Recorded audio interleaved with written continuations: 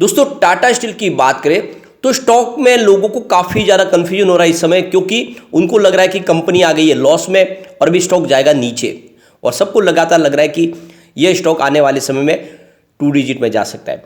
लेकिन अगर आप टाटा स्टील के कारोबार को देखोगे तो आपको समझ में आएगा कि ये जो लॉस हुआ इसके पीछे वजह कुछ और है, लेकिन आने वाले समय यहाँ पे एक ज़बरदस्त तेजी का दौर शुरू हो सकता है। जो रिसर्च एनालिस्ट है उनका भी कहना है कि आने वाले समय में टाटा स्टील में गिरावट की संभावना काफ़ी कम है। तो यहाँ पे क्या इस समय हमें टाटा स्टील में इन्वेस्टमेंट करना चाहिए? तो यहाँ पे टाटा स्टील को लेकर कुछ बड़ी अपडेट निकल के आ रही है, जिनको हम एक एक करके डिस्कस करेंगे और जानने की कोशिश करेंगे टाटा स्टील में क्या इस समय इन्वेस्टमेंट करना चाहिए। वैसे अगर आप देखें तो जो शेयर होल्डिंग पैटर्न है वो इशारा कर रहा है कि बड़े फंड हाउस की यहाँ पे जम के खरीदारी हो रही है, चाहे उसमें आप अगर देखें तो म्यूचुअल फंड हो या फिर बड़े फंड हाउस हो या फिर एफआई हो, सबकी खरीदारी हो रही है। सिर्फ जनरल पब्लिक की खरीदारी कम हो रही है। इसका मतलब ये है कि जनरल पब्लिक अपनी होल्डिंग लगातार कम करे, और यही पे सबसे बड़ी गलती कर रही है, क्योंकि टाटा स्टील टाटा ग्रुप की सबसे पुरानी और बड़ी और मजबूत कंपनी है। आने वाले समय इसकी एक तेजी का दौर बड़ा शुरू हो सकता है। तो क्या इस समय हमें इन्वेस्टमेंट करना चाहिए, समझेंगे इस वीडियो के माध्यम से। लेकिन फ्रेंड उससे पहले अगर आप पहली बार हमारे चैनल पर आए तो चैनल को सब्सक्राइब कर दीजिए, एक बेल आइकॉन दबा दीजिए ताकि जब भी नया वीडियो बने पहला नोटिफिकेशन आपको मिले। वीडियो पसंद आए तो लाइक शेयर जरूर कीजिए। चलो फ्रेंड्स वीडियो स्टार्ट करते हैं। मैं हूं आपका दोस्त एसपी दवे और हमारे अपने चैनल ऑनलाइन कमाई में आपका बहुत बहुत स्वागत है। अभी सबसे पहले अगर हम निफ्टी मेटल की बात करें तो आज पॉजिटिव माहौल बना हुआ है। 5749 के स्तर पर 0.78% की तेजी है। अभी लगभग 2 बजे के आसपास का टाइम है। टाटा स्टील की बात करें, स्टॉक की शुरुआत 109.55 पर हुई, यानी पॉजिटिव शुरुआत हुई। कल की जो क्लोजिंग थी फ्राइडे की वो देख सकते हो 108.75 के आसपास थी, और लो है इंट्राडे का 108.25 का, और हाई है 109.90। एक तरह से देखें तो स्टॉक फिलहाल आपको एक सीमित दायरे में ट्रेड करता हुआ दिखाई देगा। यहाँ पे कोई ज़्यादा उठा पटक नहीं है। फिलहाल 109.30 के आसपास है। 0.51% की तेजी, यानी लगभग आधा % की तेजी है। वॉल्यूम आज थोड़ा सा कम है। आप देख सकते हो पिछले एक महीने पहले इसका 6 करोड़ का वॉल्यूम था, 2 करोड़ की डिलीवरी उठाई गई थी।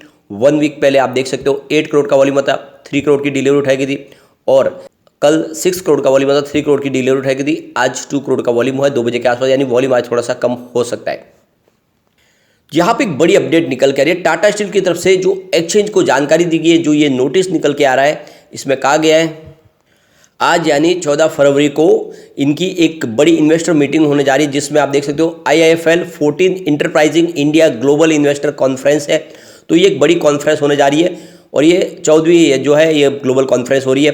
तो काफ़ी कुछ यहाँ पे निकल के आ सकता है। और जो सबसे बड़ी बात है कि टाटा स्टील इस समय तेज़ी से अपने कारोबार को एक तरह से समेटने की कोशिश कर रही है, यानी जिस तरह से अलग अलग कंपनियों में फैला हुआ कारोबार है उसको समेट के एक कंपनी के नीचे, यानी एक अम्ब्रेला के नीचे लाना है, टाटा स्टील के नीचे। और इसीलिए लगातार कोशिश की जा रही है, और इसके पॉजिटिव नतीजे देखने को मिलेगा, और उसके बाद में बहुत ही भारी प्रॉफिट में आ सकती है कंपनी। यहाँ पे देखें तो मेहुल कोठारी भी टाटा स्टील को लेकर काफ़ी बुलिश है, और उन्होंने यहाँ पे बाई की कॉल दी है। उनके हिसाब से आपको 108 के आसपास टाटा स्टील को खरीदना चाहिए। स्टॉप लॉस आपको 102 का लगाना है, यानी 102 के स्टॉप लॉस के साथ इसमें बाई करेंगे तो आपको जो टारगेट देखने को मिलेगा वो 120 का है। मेहुल कोठारी का कहना है कि फिलहाल स्टॉक इस समय ओवरसोल्ड जोन में दिखाई दे रहा है, और जल्दी इसके ऊपर की तरफ जाने की संभावना ज़्यादा बन रही है। उनके हिसाब से जो इसका नियर टर्म सपोर्ट है वो 105 का है। तो यहाँ पे आप देख सकते हो आनंद राठी की तरफ से मेहुल कोठारी की तरफ से इसमें बाई की कॉल निकल के आ रही है, उसमें आपको निवेश की सलाह दी जा रही है। अब यहाँ पे एक अपडेट बड़ी निकल के आ रही है यूके की तरफ से। यहाँ पे देख सकते हो जो ब्रिटिश ऑपरेशन है टाटा स्टील का, वहाँ पे इनको काफ़ी ज़्यादा कठिनाइयों का सामना करना पड़ रहा है। यहाँ पे देख सकते हो यूरोप और यूके का जो बाजार है वहाँ पे इनको तो ऑपरेटिंग लॉस हो रहा है, और इसके अलावा देखें तो सबसे बड़ी बात है कि जो ब्रिटिश स्टील पेंशन स्कीम है इसके तहत इनको काफ़ी बड़ा खर्च करना पड़ा, जिसकी वजह से कंपनी इस बार लॉस में भी आई है। और आने वाले समय में जो यूके गवर्नमेंट के पास से सपोर्ट पैकेज मांगा जा रहा है, जिससे ग्रीन ट्रांसमिशन में अपने बिजनेस को बदलना है टाटा स्टील को, लेकिन जो सपोर्ट पैकेज दिया जा रहा है वो 300 मिलियन पाउंड्स का, वो काफ़ी कम है। एक तरह से कहा जा रहा है कि ये ऊँट के मुंह में जीरे के बराबर है, इसको बढ़ाना होगा। तो कुल मिला के टाटा स्टील के जो सबसे बड़ी प्रॉब्लम है वो यूके का बिजनेस है, और इसीलिए टाटा स्टील चाहती है कि यूके गवर्नमेंट उनको सपोर्ट करे और जो ये पैकेज है इसको बढ़ाया जाए। तो सबसे बड़ी बात है कि इस समय जो बिजनेस की सबसे बड़ी कमजोर कड़ी है वो है यूके का बिजनेस, जहां से इनके ऑपरेटिंग प्रॉफिट में भी कमी आ रही है लगातार। इसके अलावा देखें तो ये जो ब्रिटिश पेंशन स्कीम का अभी 40% का हिस्सा और बाकी है, तो आने वाले समय जो Q4 होगा उस पर भी इसका इफेक्ट देखने को मिल सकता है।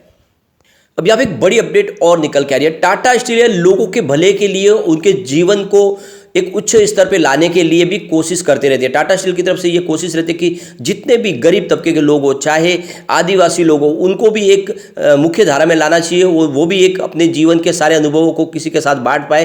तो इसीलिए अब टाटा स्टील 14 से लेके 21 फरवरी तक जौहर हाट लगाने जा रहा है। और ये हाट जो होगा, ये एक तरह से देखो आदिवासियों का एक बड़ा एक मेला होगा, जिसमें होली की थीम पर ही आधारित होगा और इसमें आदिवासी लोग हैं हिस्सा लेंगे। और वहाँ पे एक तरह से देखें तो एक बहुत बड़ा ये टाटा स्टील की तरफ से एक टाटा स्टील का जो फाउंडेशन है वो इसके प्रदर्शनी ले जा रहे हैं, जिसमें अब जनजातियाँ जो होगी वो अपनी कला का प्रदर्शन कर पाएगी और उनके जो प्रोडक्ट है वो लोगों के सामने पहुँच पाएंगे। वहाँ से वो आने वाले समय में अपने प्रोडक्ट बेच पाएंगे, उनके जीवन में कुछ भविष्य उज्जवल होता हुआ दिखाई दे सकता है। तो यहाँ पे देखिए, इससे पहले जो जौहर हाट लगा है उसमें 6 जनजातियों का प्रतिनिधित्व करने वाले 6 राज्यों के 21 लोगों ने भाग लिया था।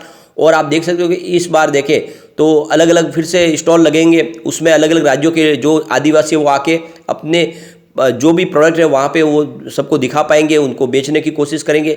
और आने वाले समय में जो ऐसे प्रोडक्ट जो लोग भूल चुके हैं, जिसमें आप देख सकते हो कि काफ़ी बांस के प्रोडक्ट है, तुम्बा शिल्प कला है, रेंगमा है, ये सारी कलाकृति है वो लोग भूलने लगे हैं, इसको फिर से एक लाइमलाइट में लाने के लिए। और तो यहाँ पे देख सकते हो टाटा स्टील की जो ये कोशिश है, इस जौहर हाट के माध्यम से आदिवासियों का उत्थान हो जाए, इसकी कोशिश की जा रही है। और ये आप डेट समझ सकते हैं, 14 से लेकर 21 फरवरी आपको याद रखना है।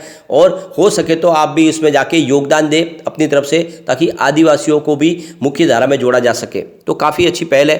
अगर हम टाटा स्टील की बात करें तो इस बार दिसंबर क्वार्टर में आंकड़े बहुत ही ज़्यादा उत्साहवर्धक है। यहाँ पे देख सकते हो दिसंबर में प्रोमोटर की होल्डिंग 33.90 के आसपास है और गिरवी शेयर 1.55%, जो काफ़ी कम है। लेकिन एक आंकड़ा काफ़ी शानदार, वो है एफआई का। सितंबर में देख सकते हो उनकी 21.52% की होल्डिंग थी, जो इस बार बढ़ के 21.87% तक पहुंच गई। यानी एफआई ने इस बार अपनी होल्डिंग को बढ़ा दिया है। डीआई की बात करें तो 18.08% की होल्डिंग थी सितंबर क्वार्टर में, दिसंबर में वो बढ़ के 19.55% पर आ गई है। तो डीआई ने भी अपनी होल्डिंग को यहाँ पे बढ़ा दिया है। इसके अलावा म्यूचुअल फंड की बात करें तो 7.31% की होल्डिंग थी सितंबर में, जो इस समय 8.18% हो गई है। तो म्यूचुअल फंड ने भी अपनी होल्डिंग को बढ़ा दिया है। अदर्स की बात करें जनरल पब्लिक की 26.48% की होल्डिंग थी सितंबर में, जो दिसंबर क्वार्टर में 24.68% हो गई। तो ये तो आपको क्लियरली समझ में आ रहा होगा कि एफआई ने यहाँ पे निवेश को बढ़ा दिया, बड़े फंड हाउस ने बढ़ा दिया और म्यूचुअल फंड ने भी अपना इन्वेस्टमेंट बढ़ा दिया। और सारे के सारे शेयर गए वो जनरल पब्लिक के पास से, यानी जनरल पब्लिक ने इस बार शेयर बेचे और सारे के सारे लोग यहाँ पे बड़े फंड हाउस खरीद रहे। तो ये बड़ा एक पॉजिटिव ट्रिगर है, यह समझ लेना चाहिए आपको कि ये स्टॉक आने वाले समय एक रॉकेट बन सकता है। जिस तरह से यहाँ पे जम के खरीदारी हुई बड़े फंड हाउस की तरफ से, म्यूचुअल फंड की तरफ से, तो ये आपको लॉन्ग टर्म का लेकिन निवेश का एक जरिया बनता है। इस समय यहाँ पे कुछ म्यूचुअल फंड है जिसमें निवेश किया, आप देख सकते हो इंडिया के बड़े बड़े म्यूचुअल फंड भी यहाँ पे टाटा स्टील में निवेश कर रहे हैं। इस रिजल्ट के बावजूद भी आप देखें तो Aditya Birla SL flexi cap ने यहाँ पे 449 करोड़ का इन्वेस्टमेंट करके 2.77% की होल्डिंग ली है। मीरे एसेट इमर्जिंग ब्लू चिप ने 386 करोड़ का इन्वेस्टमेंट करके 1.60% की होल्डिंग ली है। मीरे एसेट लार्ज कैप डायरेक्ट ने यहाँ पे 363 करोड़ का इन्वेस्टमेंट किया, 1.06% की होल्डिंग ली है। एसबीआई बैलेंस एडवांटेज फंड ने यहाँ पे 358 करोड़ का इन्वेस्टमेंट किया, 1.59% की होल्डिंग ली है। कैनरा रोबोकोल ब्लू चिप इक्विटी ने यहाँ पे 87.87 करोड़ का इन्वेस्टमेंट किया है और 1.0% की होल्डिंग ली है। ICICI pru balance advantage direct ने 334 करोड़ का इन्वेस्टमेंट किया है, 0.75% की होल्डिंग ली है। कोटक इक्विटी ऑर्बिटर्स डायरेक्ट ने 310 करोड़ का इन्वेस्टमेंट करके 1.44% की होल्डिंग ली है। ICICI pru value discovery direct ने 252 करोड़ का इन्वेस्टमेंट किया, 0.92% की होल्डिंग ली है। मीरे एसेट टैक्स सेवर डायरेक्ट ने 230 करोड़ का इन्वेस्टमेंट किया, 1.64% की होल्डिंग लिया। और ICICI pru equity saving direct ने 165 करोड़ का इन्वेस्टमेंट करके 3.33% की होल्डिंग ली है। तो ये तो आप समझ सकते हो कि इंडिया के बड़े बड़े म्यूचुअल फंड इसमें इन्वेस्टमेंट कर रहे हैं। तो बिना डरे जितना हो सके टाटा स्टील में निवेश करें, आने वाले समय ये आपको मालामाल कर देगा। लेकिन फ्रेंड, कोई भी इन्वेस्टमेंट करने से पहले अपने फाइनेंशियल एडवाइजर से बारे में ले ले या अपना खुद का रिसर्च करें, क्योंकि मैंने वीडियो आपके एजुकेशनल पर्पज के लिए ही बनाया। वीडियो पसंद आए तो लाइक से जरूर कीजिए और चैनल को सब्सक्राइब कर दीजिए। Thank you friend.